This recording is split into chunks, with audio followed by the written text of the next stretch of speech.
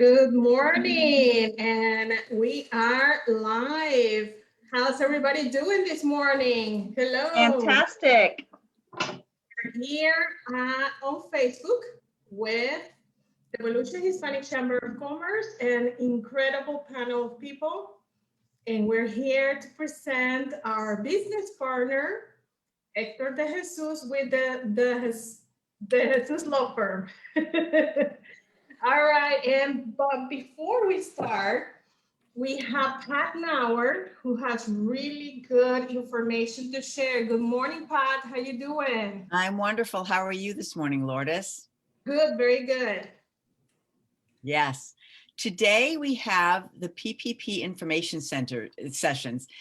We have a representative from the Small Business Administration who is going to be presenting 2 times today information about PPP loans. I don't know if you've heard, but the PPP loans have changed a little bit from last year.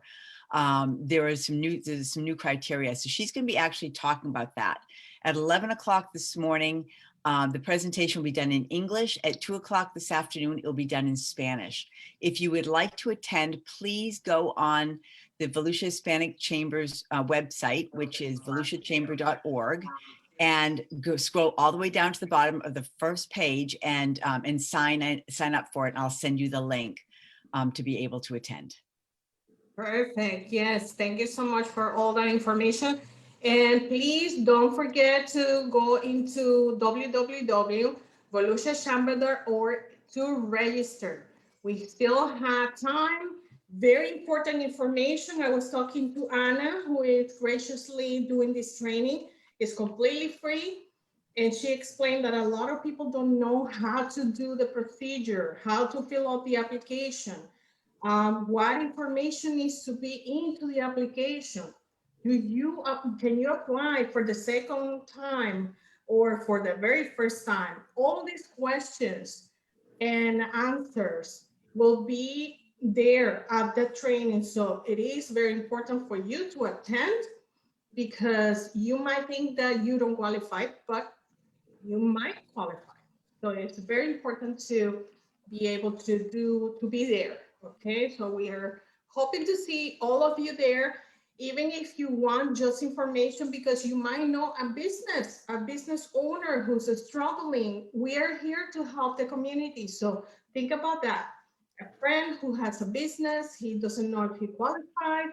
This is great information to know to help others. So please go ahead and sign in. And one thing about this, and the last go around of the PPP loans, individual solo business owners really didn't qualify for it. It was very, very hard for them to get it. This time it's different. This time solo business owners are eligible for it. So please get online and register for it. You're going to get a lot of great information. Yeah, exactly. So we need to make sure to for people to join in, so they can have all the information they need in order to see if they qualify. So right now, I would like to thank all our business partners, because without them, none of this will be possible. We have our golden sponsors, Advent Health, Joe Hearn Events, Risa Marketing, the Jesus Law Firm Group, and silver sponsors are Hispanos Media, Duke Energy, Bordar by Marriott, Silva Top Solutions, and Fair Winds. And bronze, we have Corner Office University, Halifax Health, Delan Nissan, Angie's Serenity Day Spa, Bank of America, Red Dot Networks, Work, and Q West Care Home Health. So thank you so much to all our business partners for being there for us throughout the year. And we are growing. We have a lot more than what we started with last year. So we are very proud of that. We're very excited. And to give you more details about that, we have our president this morning, Elsie Mendez. Good morning, everyone. I have my camera on. I'm actually away, so and in a vehicle, but just wanted to say good morning. We are so excited of all that has happened and the start that we have to this year. We, unfortunately, we have been out of the office. We just want to let the community know if somebody has called or stopped by. We did have an incident that kept us from going in. We should be in there by next week. And other than that, we just want to say that if you're looking for membership partnerships, you want information, please reach out to us. If you know a business that could benefit from the chamber, we'd also like to do that. And your feedback's always welcome so that we know which direction to go in. So thank you guys. Great. Have a great day. Have a great weekend. Thank you, Elsie. Yes, we did have an incident. We're all okay. Thank goodness, thank God. We had a car that drove into the building. So we're fixing the wall. So that's why we haven't been in the office until now. I went by yesterday and it looks very well, but are still not there yet. So just to let you guys know what is going on. All right, and I also have some information to share with you guys. We have our upcoming events, which is our iLatina Connection After 5 is coming up very soon, February 19, 5:30 p.m. And you can RSVP on Facebook. We have an event, so make sure you RSVP. We have a great presenter that is going to speak about how, what is an iLatina on the healthcare system. So make sure you don't miss it. Very important. And we are super happy to have Michelle Lebron as our speaker that day. This is a free event. You don't have to, there's no charge for it. So make sure you come visit, and we will have food and snacks, and there's going to be a cash bar. And like I said, there's no charge. And also, I wanted to share with you guys, I know that the center of Deltona, one of our members, is actually having the extravaganza with matinee, the champagne and gourmet desserts on February 14 from 1:30 to 2:30. It's $30 per person, $50 per couple. And I also have, I would like to share with you guys information that I got from the city commissioner in Daytona Beach. And this is a job fair that is actually going to be February 10th to 2 o'clock to 4 o'clock. And it's actually on Zoom. So here's the link. You can meet there, and you can find out more about this job opportunity fair. And it's through the Daytona Beach Housing Authority. So we are very excited about this. So if you're looking for a job, please go ahead and join them through Zoom. All right, and at this time, I would like to introduce to you guys our business partner, the Jesus Law Firm Group. Good morning, Hector. How you doing this morning? Good morning. I'm doing well. Thank you very much. I'm glad to have you here this morning, because I know that we don't have a lot of these opportunities to actually talk to a lawyer. And I know that you actually do a great, incredible job with trying to make sure everybody is covered and set, Yeah, so thank you very much. If you want, I think I can take over on the presentation. I'll just take over the world. Let's just do that. I'm just going to take over everything. Everyone's going to go bald so that I'm not alone. Robert's there with me, so it's going to be good. Let me see if I can share my screen just so that I can do the PowerPoint presentation. And let's see if everyone sees. Can everyone see my screen? Can everyone see that beautiful woman that's hugging me? That is my wife. So I'll just kind of give you a little background of who we are and what we do. I'm just going to move this here. We are De Jesus Law Group, and the two of us, my wife and I, are both the attorneys. This is my wife, Irene. I tell everyone that she's the looks and the brains behind the operation. I'm just the muscle, so that's it.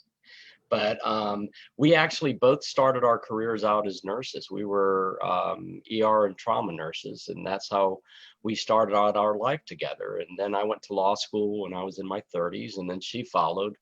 And pretty much we have the same kind of background, and we have MBAs. We have every degree we have the same.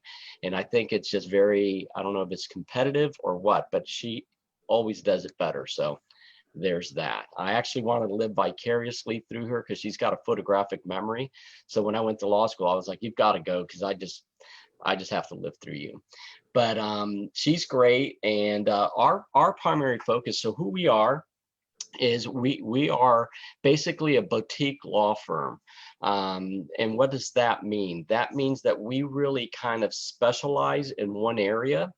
We don't do a whole bunch of stuff. We really focus on estate planning, elder law, business planning, and probate. And the reason we do that is because it all intertwines. Most people, when you do a plan, usually have a business. So what do you do with the business if they have a plan? If you do a will or you do a trust, what happens with the business? If you don't do everything together, then you have a hope. And hope is not a strategy. So, I hope it works when I need it. So we really focus on the areas that we do. Now, some people will go, well, what's an elder law attorney?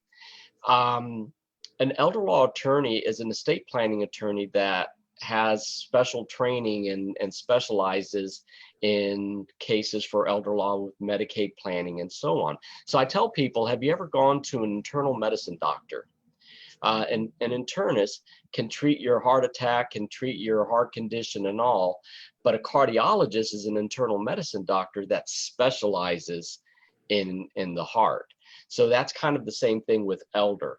As an estate planning attorney, without the experience of Medicaid planning, I may not know that there are certain things I have to do. So for instance, a power of attorney. How many people have heard of a power of attorney? What a power of attorney is a piece of paper that I say, I give Elsie the right to sell my car. She could sell my car, she can't sell my house. But if I give Elsie a durable power of attorney, now she steps into my shoes and she can do whatever I want, whatever she wants. Basically, she can buy for me, sue for me, sell for me, do whatever I can do, she can do better because she's Elsie. And we know that. But by and large, that's a durable power of attorney, which, by the way, if you're married, or if you live with someone and you have a home together, you want a durable power of attorney. Why do you want a durable power of attorney, you may ask? Glad you did. Because if, God forbid, something happens, you have a stroke, you have a car accident, something happens where now you're incapacitated, briefly or permanently, if you have a home together or property, that person can't refi, sell, do anything because you can't sign. And if you can't sign, now what happens is you have to go to court and get a guardianship. And those are expensive. They're about $5,000 to $7,000 to do something like that. So a durable power of attorney is a really cool estate planning tool. So why did I bring up durable power of attorney and elder law? Because if you just do a regular durable power of attorney, but you need Medicaid planning, that's not going to cover it. That's the difference. That's why, depending on what you need, you want to make sure you find the right attorney that can kind of see everything to make sure from A to Z it's covered. I tell people we cover folks from birth to earth, which means if you've got minor kids, we can cover them, with a plan. And if you have elderly folks, we certainly can cover that as well. So a little bit of who we are is, we're a little buffet firm and what we do. Now, often this is what I hear when people come to plan, which, by the way, let's be honest. When I say estate planning, how many of you people think rich, old people? Most people will go estate planning. Well, I don't have enough money. All I have is a house and I've got minor kids, or I've got a house and I've got a business, or I've got, blah, blah. Well, guess what? You need a plan, don't you? So I don't call it estate planning. I call it life planning. Because why? Life happens. It doesn't matter if you've got a penny to your name or if you've got billions to your name. Life happens. So if you don't plan for it, that's an issue. The other thing we'll hear is people will say, well, it just takes too long and I don't want to wait. Where the procrastination, okay, for my Hispanic peeps in the audience, how many people, when you talk about estate planning, when you talk about a will or something, the following words will typically come out. Jesús magnifica, no diga eso, no hable de eso. Basically, don't talk about that. All right. Here's the thing. I call that the ostrich syndrome. That's where you put your head in the sand, your butt's in the air. Because what happens? We're all going to die at some point, right? We're all going to, we may either have a stroke, a car accident, something's going to happen in our lifetime where our family members are going to have to take care of us. Now, wouldn't it be nice to have a plan for those family members to actually follow? Now, why is that important? Well, I know a person who was a strict vegan, very health conscious young person. Pretty much, she just wanted life to live life the way she wanted to. Well, she got in a car accident and she was incapacitated. And her mom, because she was the next of kin, she didn't have a plan. Her mom took over. Well, guess what? Mom made sure that she ate stuff that this person wouldn't. Now, her friends all knew that's not what Sue wanted to do, but they didn't have authority. If she planned, she could have made sure, I'm going to make sure Robert is going to make decisions because Robert knows what Hector wants. Pat doesn't. Pat, my wife, by the way, we're not married, Pat, but Pat, my wife, is going to say, no, I want to make sure that he does X, Y, and Z. But Robert, my close friend or my brother, goes, no, Hector doesn't want that. Well, guess what? If I don't make a plan, the state steps in, and by operation of law, it's going to go that way. So if you want your wishes respected, that's another reason to have a plan. I'm going to share a couple of stories with you, if it's okay. And then I'm going to share how we do what we do. I'm going to share 3 stories. One of them, I'm currently litigating in the guardianship court right now. I represent the mom of 2 minor children. Her ex-husband died in July. She did, she got a trust done. She got everything lined up and insurance in case she died, the kids would be protected. He never did. He didn't have a plan. So what happened? He died unexpectedly. In his life insurance policy, he named his sister so that she makes sure that the $500,000 life insurance policy goes to the kids. Well, guess what happened? He died. Sister is the named beneficiary. Technically, that sister's money. She just bought a beach house. So my client is sitting there going, I'm raising 2 minor kids, and I don't have the income support of my ex-husband for child support, and she has $500,000. Well, guess what happens? If you do that, if you don't have a plan, that's what's going to happen. Now, it's not always that the person's going to take the money and run, to quote Steve Miller. For those of you who are old and know that song, you'll get it. For those who don't, Google it. It's a good song. But for those who don't think, oh, I have a family member, they'll never do that. Well, guess what? Let's just say that this sister got the money and she had every intention to give it to the kids. But guess what? She ends up getting divorced. Half that money goes to her spouse, or she gets sued. That money's available for creditor. Or she has kids that need to go in for student loans. Well, they can't qualify now because she's got $500,000 in the bank. But it's not mine, it's for the kids. No, it's yours. Those are things you need to kind of consider. So that's one story. And guess what? Now my client is not having the sister part of these kids' life or the grandmother part of these kids' life, and that family's destroyed. Could have been avoided, should have been avoided, but no plan leads to calamity. The other part is, hey, what happens if I do have a plan? I have a will. I get this all the time. I had a client that actually came to us and said, I had a will done 2 years ago, and we reviewed it. And I asked him, what do you want to have happen? He said, I want half the money to go to the church. I have 5 kids. I don't talk to 3 of them. I want the other 2 to get, 30% each, 40% goes to the church. And I looked at him, I said, are you married? And he goes, well, I haven't been with my wife for 40 years. We live in different places and all. Well, guess what? In the state of Florida, what are you? Married. And guess what happens? That will that he did, If he dies, it's invalidated because it's a defective device. He can't exclude his wife. So effectively, he dies intestate, which means the church gets no money. The 5 kids split the money equally. That's not what the guy wanted. So we were able to fix that. Why did he have that done? I call it, he went to a Burger King lawyer. What is that? You go in and you say, I want a will. And the guy goes, okay, and asks you some questions, spits out a will, you sign him, you pay him a couple $100 and you think you're covered. Well, guess what? Unless you talk to the person and find out their why and see what they need, and then look and go, here's some options for you, that's what you get. The third case I'm going to just kind of share with you, and it's a really sad one. I had a client come to me and said, I think I need a will. My question is why? And when she mentioned she's been a caregiver for her husband who has Alzheimer's for 10 years. He's 15 years her senior. She's been taking care of him for 10 years. She's just got diagnosed with pancreatic cancer. She's got about a year to live. She's got a 17-year-old daughter and a 22-year-old daughter that's getting married, and he's got 3 kids that he doesn't speak to or anything. So here's the issue. If I would have done a will for her, guess what would have happened? He actually needs to go to nursing home, which means he has to qualify for a nursing home, which means their assets have to be spent down to about $2,000 for him to get in.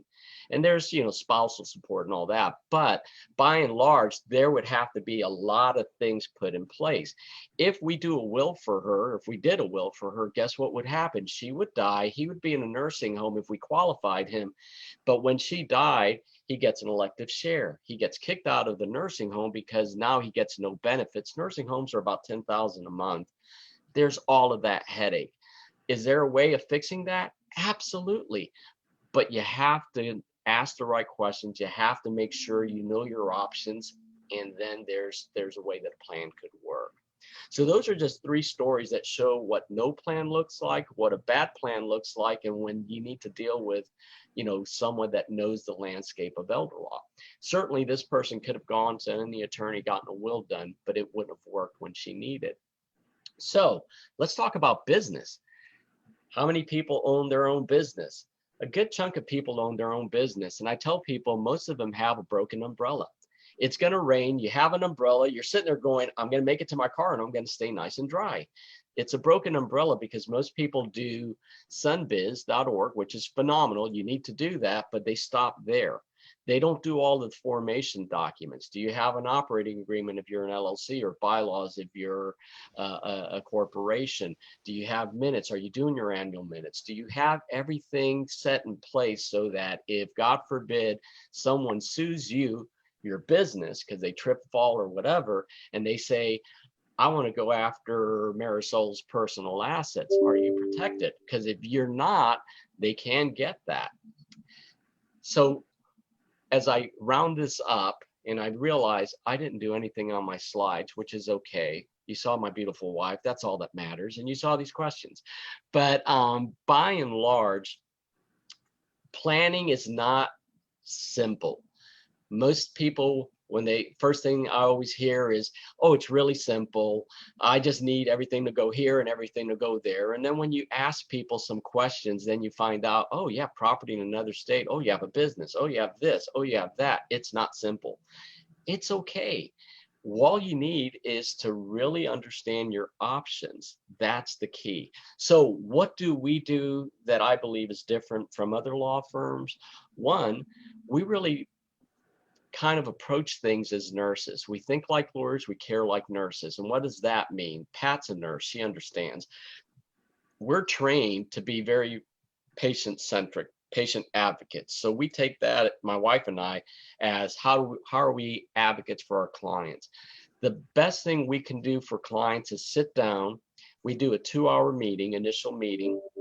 If they do the homework, if the person does the homework, which is they fill out what are their assets, how is it titled, do you have insurance policy, who are the beneficiaries? Why is that important? It's not important for us per se, but God forbid you do that and you die, your family member has one sheet of paper that has what you have and where it is. and that's important.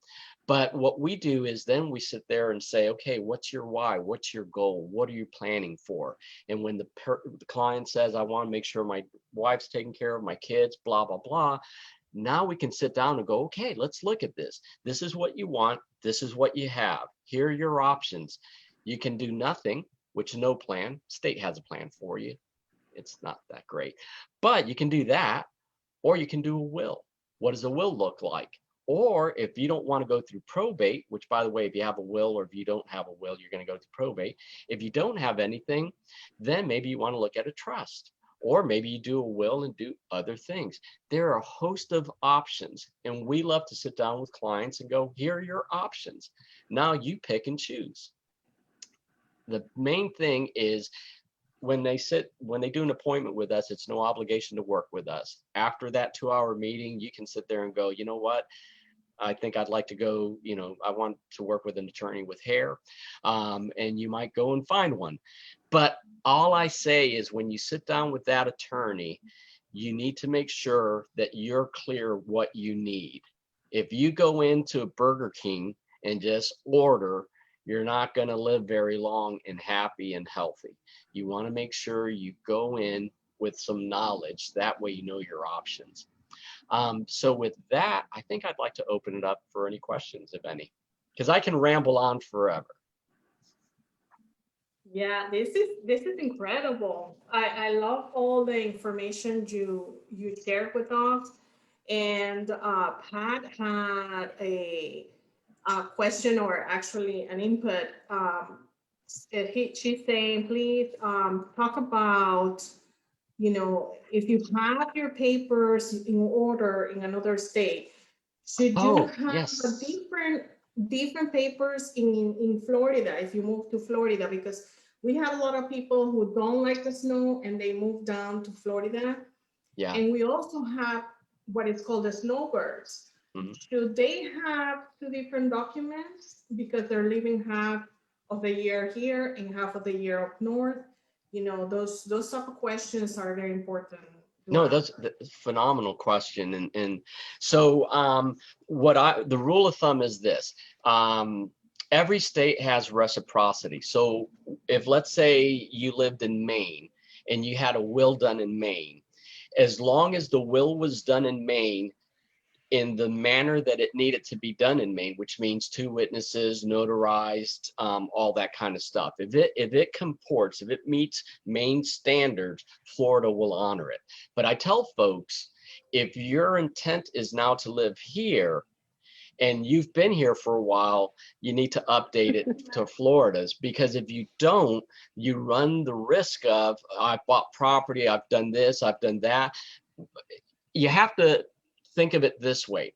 As life changes and laws change, you want to keep your documents current, because if not, that's where ambiguity sets in and that's where issues happen. So for instance, I have a client that is coming next week for an appointment, and they had a will that was done in 2004 in another state. Well, they've been here for the last 10 years. They don't plan to move back to that state. So yes, let's look at your will, let's update it, because, well, at the time they did it, they have minor kids. They don't have minor kids now. And I'm pretty sure some of the people they listed as, executors may be who they want or don't want. Could have been stroke, accident, death, whatever. In our personal case, I'll share with you, the reason why we focus on doing the things we do the way we do is because I had a brain tumor 16 years ago, my last semester of law school. I was diagnosed with a brain tumor. I was given a 1% chance of survival. I went, saw a lawyer, got documents, put them in a safe deposit box. Clearly I lived. 10 years later, we reviewed the documents and, oh my God, it would not have worked if I had died and then my wife would have died. We had minor children, because one of the kids that we listed as a caregiver, if a guardian, turned out to be a pedophile. Well, he was in jail. So that's not going to work. But guess what? Even when we found that out, did we update and make changes? No, because you don't think about these things. So, life happens. You have to make sure that you're constantly staying current with it. So one of the things we do is every 3 years when people plan with us at no charge, we review documents. Let's look at it. What's changed? Well, you know, I moved from that house to this house, or I bought this property. Well, we need to update things. It's important because if you don't stay on top of it, when you need the plan to work the most, it won't. And that to me is a travesty. So that's one of the things we do because we experience that. I hope I answered your question, Pat. So short way, long way short is yes, if you move from another state and you intend to stay in this state, it would be wise to go ahead and update it. Yes. And besides, durable power of attorneys, by the way, financial institutions don't like them to be more than 3 years. They like them current. And if you're a snowbird, you don't need 2 sets of documents. You just need one. Okay. Yep. So your main residence, whichever it is up north, Your main that's where you residence. need to have your paperwork. Wherever, Okay. yeah, wherever your driver's license, wherever you vote, wherever you pretty much live. But it's always a good idea to make sure that people know that you have a plan and where it is. I can't tell you how many times from a probate perspective, I'll have people go, I know mom did a will, I just don't know where it is. Well, guess what happened? My mom may have done a will, but if you don't have it, you have no will, which means now it goes by operation of law, which may not be what you want. You might have Yeah. 2 kids and they get 50-50, but you may go, well, one's a drug addict and the other one isn't. I don't want that one to get it. This one, you know, but if you don't have a plan, it's just going to go 50-50. And guess what? If you don't have a plan, it goes 50-50 and you have minor children at 18. This happened, someone that I knew, they had $1 million life policy. The kid, when the guy died, the kid was 3 years old. Guess what? At 18, the kid's getting $1 million. You think any 18-year-old should get $1 million? No. That's why you need to plan so that you avoid that. I need you, Hector, because the day before yesterday, my husband arrived to work and he parked his car and he walked into the building, right? But before, like every day, before he was in the middle of the street, a car ran him over. Oh my gosh. It was crazy. My husband called me and said, hey, so don't freak out, but I just got run over by a car. I'm okay. Nothing happened to me. My.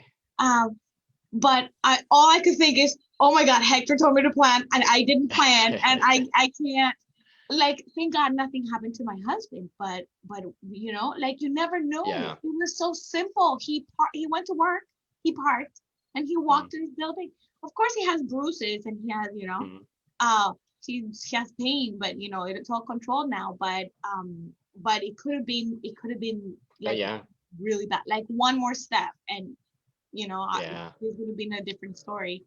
So I do need to get in contact with you ASAP because you never know what is going to happen. This happened 2 days ago and I'm still like, what? Right. He's No, still home. Yeah, it's scary. You just don't know. One thing that I'd like to share, if folks want, they can go on our website, DeJesusLawGroup.com. And in there, it's interactive. You can go and watch videos, how to name guardians for minor children. You just go in there, it's on demand. You just click it and oh yeah, thank you. You can go there. And if you go on events, and scroll down, you'll see there are videos on Savvy Wealth Planning for Long-Term. That's all about elder law. Naming guardians for your children. Johanna, you might want to go in there, click it.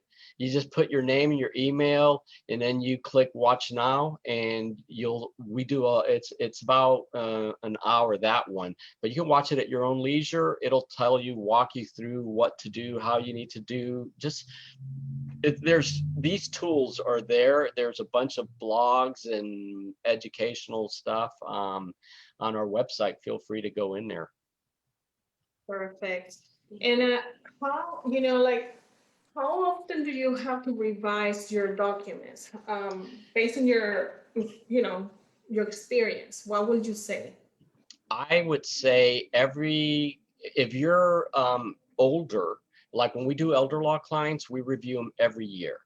Now, Okay. now elder law, their strategy. So I tell folks, look, mom and dad, they're getting up there in age, or I have a spouse and they got diagnosed with early onset dementia or whatever.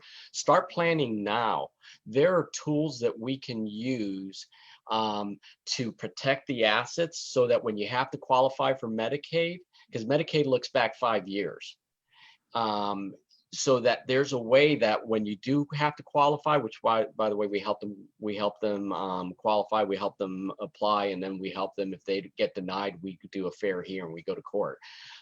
When we do elder law clients, there are all these strategies that if you do stuff now, if you start planning now, you can really protect a lot of assets because you have time, and it's not crisis. But reviewing, so with elder law, we do every year.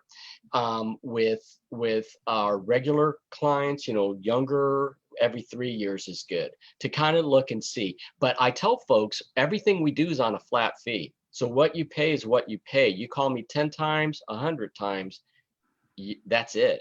Same Wow. thing with business. So when I do business planning, I do a flat fee and I give folks 6 months of in-house counsel, which means you can pick up the phone and call me and go, I've got this issue. How, what do I do? And that doesn't mean I go to court, but I do all the formation, I do everything. And then I'm there for monthly strategy meetings. Let's talk about, let's walk through, I've got this, maybe not. We are firm believers in flat fee because that way it takes the pressure out. And if you go, you know what, I think I'm going to buy this property, or I think I'm this, or something happened, I need to change. My sister and I had a falling out, I need to take her out of there. It's easier for us to just do that and to make sure the plan works when you need it. So to answer your question again, that's a lawyer answer, by the way. Here's the secret. With a lawyer, all you have to do is say, well, you're not billing me. And then you go, okay, well, I'm gonna shut up. Just kidding. What you want to do is tweak the plan when you see things happen. Now, by the way, we just had an election. It doesn't matter which party you voted for, who cares? The bottom line is laws are going to change. So one of the things that's going to change is the estate tax. Right now, it's at 11.5 million exemption for a single person. What does that mean? If someone dies and they have over $11.5 million, whatever's over that is taxed at 40%. Now people go, well, 11.5, that's not bad. In 2008, it was 650,000. Well, now people start going, I might hit that. So there's talk actually that coming down to about 3 to 5 million. So I've got some clients that I have to do some tax strategies with a CPA with on their plan. So we always keep an eye on the laws. Things are changing. Like right now, there's talk of the basis being changed, and I won't bore you into that because you guys will certainly zone out. But that's important. That's a really important thing that's really going to hit a lot of us. And what basis means is, let's say my mom bought a house in 1970 for $20,000, and I inherit the house now and it's worth $400,000. There's 380,000 capital gains right there, but I don't have to pay tax on it. If I sell the house when I inherit it and I sell it for 400,000, I don't pay tax on it. They're thinking of doing away with basis, which means now I have to pay tax on that 380,000, which is significant. That's very important. Yeah. Yeah. And the other thing is, I have one more quick question. So when you were talking about the durable power of attorney, what would you recommend? What age will be a good recommendation to get a durable power of attorney? Now. Anyone, no, seriously, anyone, it could be anyone from I'm married, I'm living with someone and we have property together. If you don't have durable power of attorney, you've got a headache. Because God forbid, like let's take Johanna's husband, God forbid he was in a coma and Johanna had to make decisions and she's like, you know what, I've got to refi the house so I can pay for rehab and all. She's going to have to now go to court and do a guardianship so that she can sign to do a refi. Whereas if she had a durable power of attorney, she just does it. That's very important. Pat, do you have a question? Yeah, Hector, can you talk about the limitations of a will versus a trust? Yes, yes, yes. So a will works, look, both are great planning tools. It just depends on what you need and what you have and what you want. But basically, a will only works when you're dead. So a will only works when you die. So let's just take the example again, Johanna. I'm throwing your husband under the bus, or the car for this matter. Sorry. Don't. But Okay. but let's just say he's in a coma. A will isn't going to work until he passes. Where if you have a trust steps in when you're incapacitated or you die, and it survives. Like a durable power of attorney is a great thing, but it only works while you're alive. If you die, durable power of attorney goes away. A trust continues. The other time a trust works is if you have a business. So what happens if you die? What happens to your business? And you have to set your business up with an operating agreement to be able to accept the trust. And the other thing is if you have property in other states. I have a client right now that I'm probating, and he has properties in 4 states. Well, guess what? Those are 4 separate probates. So you can avoid that. Yeah. Joanna, you had a question? Yes, I do. What happens if you have property in different countries? Puerto Rico or Colombia. Colombia, what happens? Colombia. That's an issue because that's a different country. I'm currently dealing with a probate right now where the guy passed here, lived here, but has property in Puerto Rico. So I'm doing the probate here, but I have to wait on the probate in Puerto Rico, and it's a different country. They have their own rules. It's a mess. Yeah. All right, thank you. Yeah, go ahead, Joanna. So you recommend that you do, if you have properties in other countries, you deal with that over there and then bring it over here? How would you do that? So what you would do is find an attorney that can deal with the property there, unless you sold it and then brought the money here. But it would be find an attorney in that country to handle the probate in that country.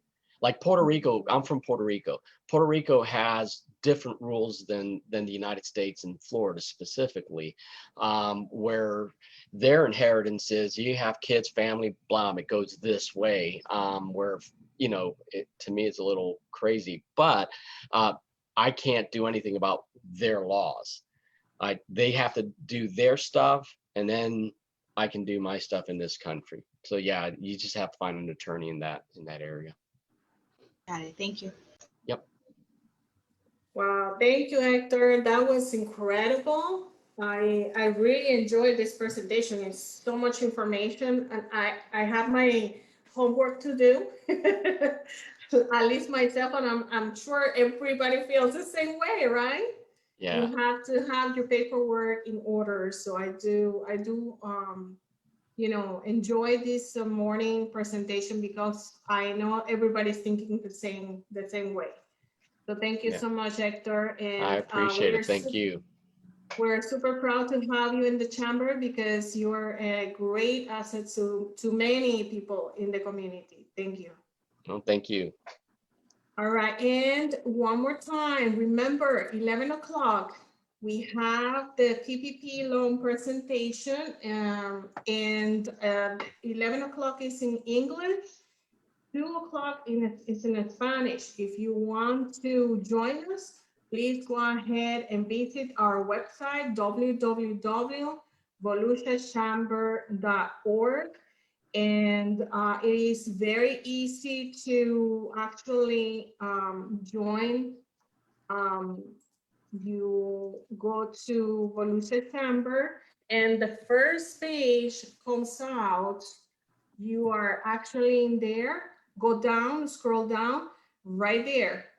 Very easy registration form, just your name, email address, and company. That's it. And if you want to participate in English or Spanish, very easy to do it. So go ahead, we still have time. Like Pat, you were saying that solo owners, things have changed. So make sure you actually join us this morning. If you own a business, if you are a business owner and you only have yourself, you might qualify for the PPP loan. So join us this morning at 11 o'clock or 2 o'clock. Thank you so much, Facebook. We hope you have a great weekend. And if you're staying with us in Zoom, stay, don't leave. And we go into our networking portion. Thank you, Facebook.